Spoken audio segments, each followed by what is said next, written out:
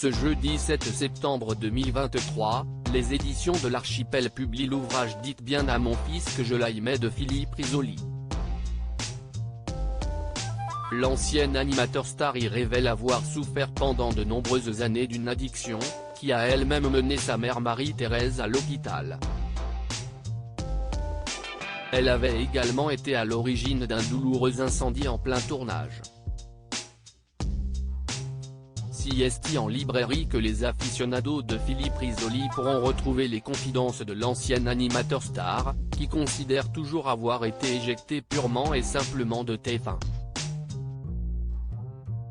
À bientôt 70 ans, il publie en effet chez l'Archipel ses mémoires intitulées « Dites bien à mon fils que je l'aimais », dans lesquelles il revient sur sa jeunesse et sa vie de famille, rendant notamment hommage à ses parents Marie-Thérèse et Pietro. Et celui qui considère payer trop d'impôts s'y confie sur son addiction, la cigarette.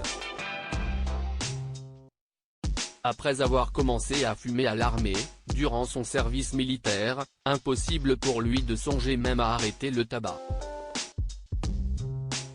Fumer était donc, après les tout sautements des débuts, devenu agréable, relaxant, déstressant, du moins en apparence. Moi qui avais reproché à ma mère d'en abuser, je m'adonnais maintenant bien plus qu'elle à cette dépendance. Écrit-il.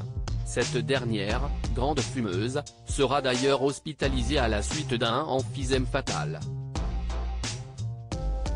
Avant qu'il ne reconnaisse plus loin, les mois, puis les années passèrent sans avoir raison de mon addiction, à laquelle je ne songeais d'ailleurs pas à me soustraire. Y compris durant ces nombreuses années à la tête du Juste Prix sur TF1. Chaque coupure et problème technique était l'occasion pour lui de tirer une taffe ou deux. Le rituel était toujours le même, j'éteignais ma petite clope sur la semelle de ma chaussure, et la glissais ensuite au fond de la poche de mon pantalon quelques dixièmes de secondes avant de reprendre le tournage.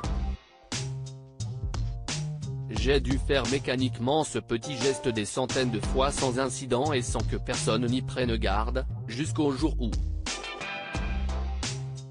une cigarette au foyer mal éteint brûle alors le tissu intérieur de sa veste et de son pantalon avant d'atteindre sa cuisse, une douleur aussi insupportable que si plusieurs dizaines de guêpes, très énervées, s'étaient accordées à me piquer au même endroit, décrit-il. De quoi chambouler le tournage, impossible de masquer ma souffrance à l'antenne, d'autant que mon pantalon se consumait maintenant généreusement et qu'un large trou rendait mon costume inutilisable. J'entends encore le cri que je poussais à cet instant, provoquant l'hilarité du public tout entier, croyant que j'étais en train d'improviser un petit numéro comique.